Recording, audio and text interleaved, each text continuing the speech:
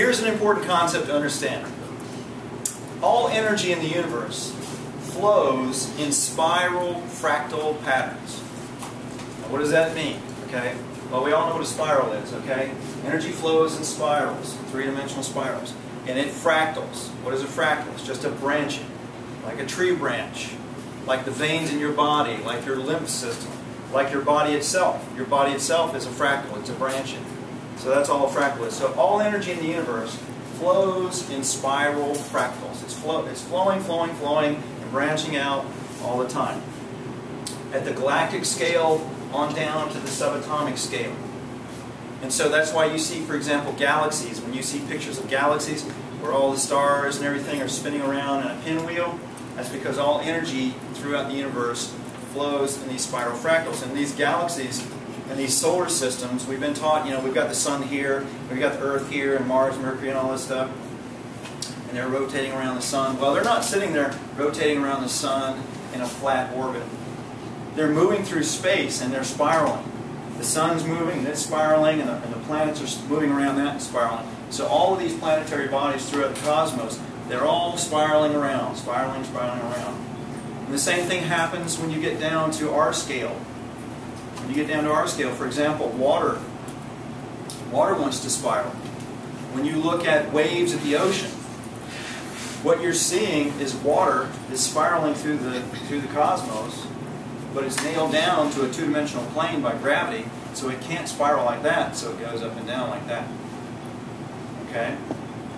Same thing with rivers. When you see river courses where they're winding back and forth, if you ever see a natural river that hasn't been modified by human beings, it winds really tightly back and forth on itself, almost horseshoeing back on itself. And the reason is because that water is flying through space, spiraling around, but it's glued down to the surface of the Earth in a two-dimensional plane, and it wants to spiral, but it can't, so it just wiggles back and forth. So this is an important concept. You might think this has absolutely nothing to do with how to make your own antioxidant, probiotic, nutrient-dense, high-hormone superfood. For pennies. But it has everything to do with that. It has everything to do with it. Okay, so I said antioxidant, probiotic, high ormus, nutrient-dense superfoods and supplements. Okay, so first of all, what is an antioxidant? What is an antioxidant? An antioxidant is simply something that has a negative charge, a food or something that you ingest that has a negative charge, and it goes into the body and it neutralizes positively charged particles that we call free radicals. Free radicals are simply positively charged particles in the body, usually toxins or viruses or something of that nature that cause problems in the body. And so antioxidants will go into the body, neutralize these positively charged free radicals, and it helps things regenerate and heal. Now also I said, I'm going to show you how to make probiotic. So what is a probiotic? Anybody? Anybody know what a probiotic is? Friendly bacteria. Friendly bacteria, exactly. Exactly. In your body, for those of you who didn't hear that, friendly bacteria, okay?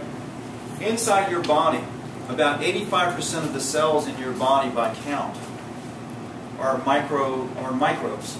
They're not human cells. So there's actually more of you in your body that's not you than there is. That's an interesting thought.